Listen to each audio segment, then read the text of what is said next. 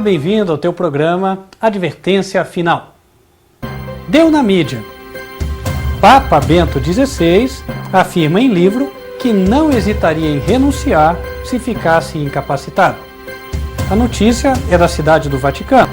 O Papa Bento XVI diz em um livro prestes a ser lançado que não hesitaria em se tornar o primeiro pontífice a renunciar por vontade própria em mais de 700 anos, caso se sentisse sem condições físicas, psicológicas e espirituais de liderar a Igreja.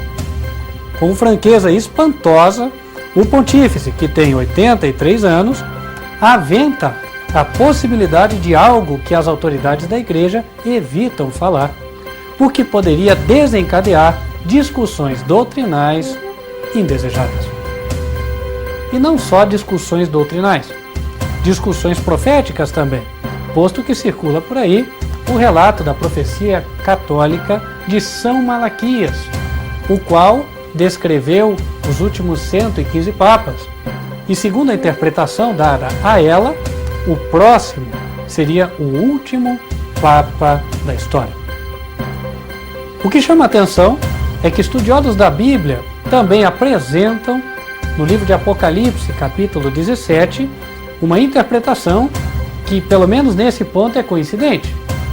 O Papa posterior a Bento XVI seria o último Papa da história. Estaríamos nós no fim dos tempos? É o que vamos ver no estudo de hoje. Não perca!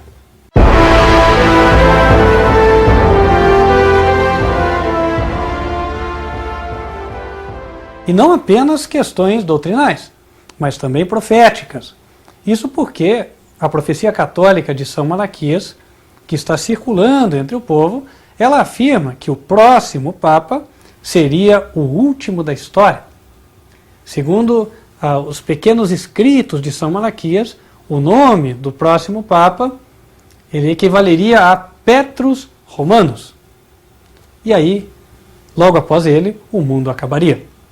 Sobre o Papa que virá depois de Bento XVI, São Malaquias disse: na perseguição final à Sagrada Igreja Romana, reinará Pedro Romano, que alimentará o seu rebanho entre muitas turbulências, sendo que então a cidade das 7 colinas, Roma, será destruída e o formidável juiz julgará o seu povo. Segundo os evangelhos, notadamente o evangelho do apóstolo São João, Jesus foi enviado ao mundo não com o propósito de condenar ou destruir. Em João capítulo 3, no verso 17, o apóstolo diz: porque Deus enviou o seu Filho ao mundo, não para que condenasse o mundo, mas para que o mundo fosse salvo por ele. O propósito de Deus anunciado na Bíblia é, portanto, a salvação de todo o mundo, e não a condenação. Mas em Apocalipse, o propósito salvífico ou de salvação de Deus é apresentado em uma linguagem que podemos dizer invertida. Em lugar de dizer como nos salvar, o capítulo 17 diz como evitar o caminho da perdição, o que finalmente vai dar no mesmo resultado. Por isso, ele começa denunciando qual seria o caminho que leva à perdição ou à condenação.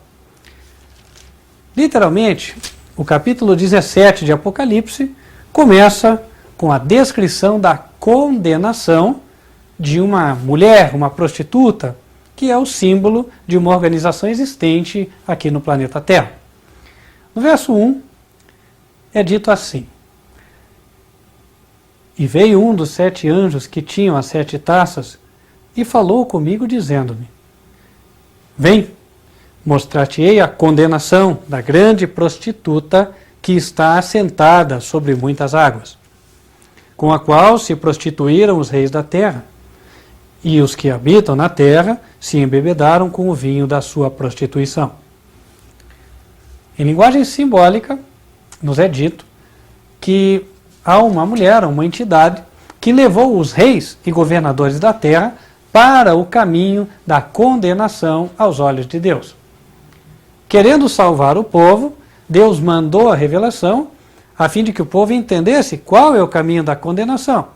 Sabendo qual ele é, o povo pode escolher o outro caminho, o qual será, é claro, o caminho da salvação. E levou-me em espírito a um deserto, disse João, e vi uma mulher assentada sobre uma besta de cor escarlate, que estava cheia de nomes de blasfêmia e tinha 7 cabeças e 10 chifres. A mulher estava vestida de púrpura e de escarlata, adornada com ouro, pedras preciosas e pérolas. E tinha na mão um cálice de ouro, cheio das abominações e da imundícia da sua prostituição. E na sua testa estava escrito o nome, Mistério, a grande Babilônia, a mãe das prostituições e abominações da terra. E vi que a mulher estava embriagada do sangue dos santos e do sangue das testemunhas de Jesus. E vendo-a eu, maravilhei-me com grande admiração. E o anjo me disse, por que te admiras? Eu te direi o mistério da mulher e da besta aqui atrás, a qual tem 7 cabeças e 10 chifres. Numa visão simbólica, foi dado ao servo de Deus, o profeta João, a revelação do futuro. E aqui ele vê uma mulher assentada sobre uma besta, a qual tem 7 cabeças. E aí nós podemos fazer a imagem na nossa mente. Obviamente, nós temos que traduzir os símbolos a fim de entender a mensagem que está aqui. Por alguma razão, Deus não colocou a mensagem de forma muito explícita. Ele entendeu que deveria colocá-la assim para que nós estudássemos e entendêssemos o significado das coisas. Mas, com um pouquinho de tempo, paciência e confiança que Deus revela as coisas, a pessoa pode entender. Vamos para as chaves. Primeiro, mulher. Mulher é igual igreja. A igreja é comparada com uma mulher em Efésios 5, verso 25, e diz: Vós, maridos, amai vossa mulher, como também Cristo amou a igreja e a si mesmo se entregou por ela. Mulher virgem, mulher pura, deve ser então uma igreja pura que é fiel ao seu marido, marido da igreja, Cristo. Mulher prostituta, que é a mulher de Apocalipse 17, tem que ser, portanto, uma igreja que trai a Cristo. E aí nós já começamos a nos despertar. Por quê? Ora, o anjo começa dizendo que vai anunciar a condenação da mulher. A mulher vai ser condenada e a mulher é uma igreja. Então, nós começamos a pensar, será que eu, indo numa igreja, ainda assim posso ser condenado? Deus, literalmente, Ele quer levantar a antena, nos despertar, para que nós possamos entender as coisas.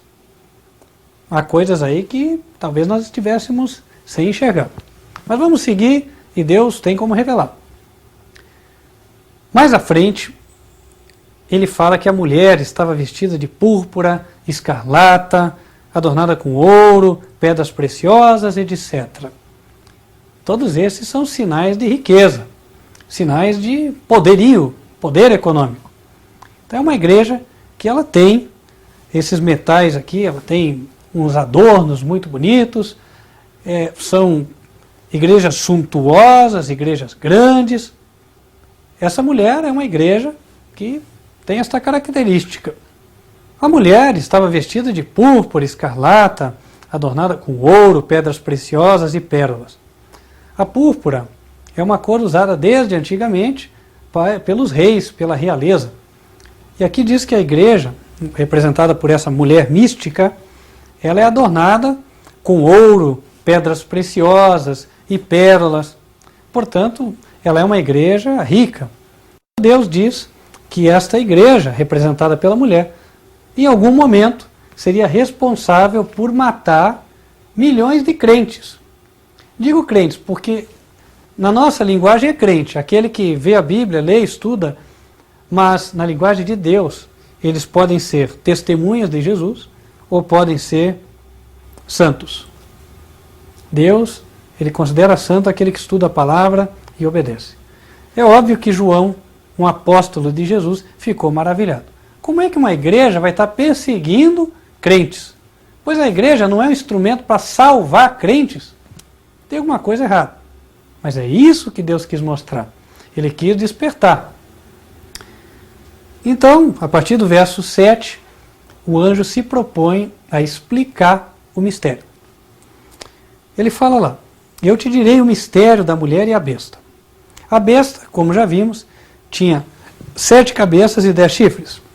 E falando sobre a besta, no verso 8, o anjo diz: a besta que viste foi e já não é, e há de subir do abismo e irá à perdição. E os que habitam na terra, cujos nomes não estão escritos no livro da vida desde a fundação do mundo, se admirarão, vendo a besta que era e já não é, mas que virá. Aqui há sentido que tem sabedoria. As 7 cabeças são 7 montes sobre os quais a mulher está assentada. Nisso aqui há uma coincidência entre o registro bíblico e a profecia de São Malaquias. Enquanto São Malaquias diz que quando o último Papa existir, a cidade das 7 colinas, Roma, será destruída, aqui a profecia bíblica também fala que as 7 cabeças desse animal simbólico, elas representam 7 montanhas ou 7 colinas. De fato, a história mostra que a cidade das 7 colinas, ou conhecida como das 7 colinas, é Roma. Portanto, os estudiosos da Bíblia chegam a entender que aqui as 7 cabeças que representam 7 montes, elas devem estar se referindo à cidade de Roma. E aqui é dito que a mulher está assentada sobre as 7 montanhas. A mulher é a igreja assentada sobre Roma. Uma igreja que tem a sua sede nesta cidade. Bom, até aí, segundo a indicação da profecia, então estaria se falando da mesma igreja que São Malaquias, a igreja romana. E o verso 10 diz que são 7 reis. As 7 cabeças deste animal místico, da besta, também significam ou representam 7 reis.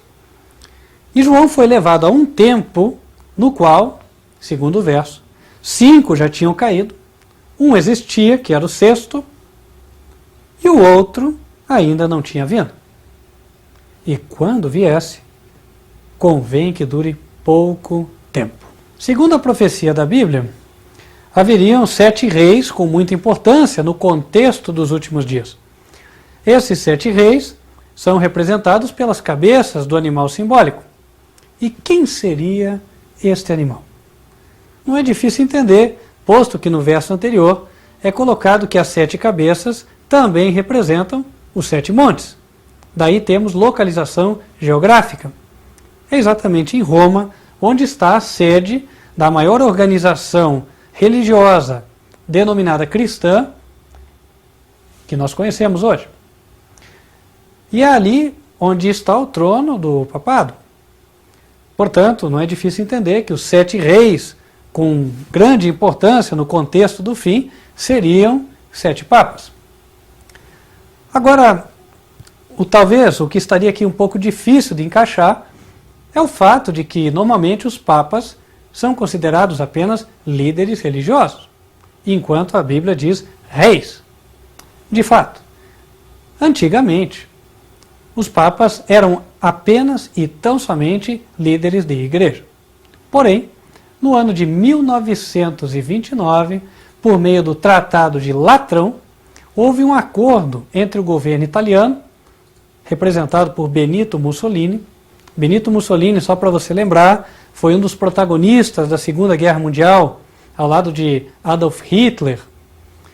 E Benito Mussolini cedeu um espaço de terra à Igreja Católica, que se consolidou num Estado, um país. Esse país tem um nome, Estado Independente do Vaticano. E o Papa, desde então, ganhou um título.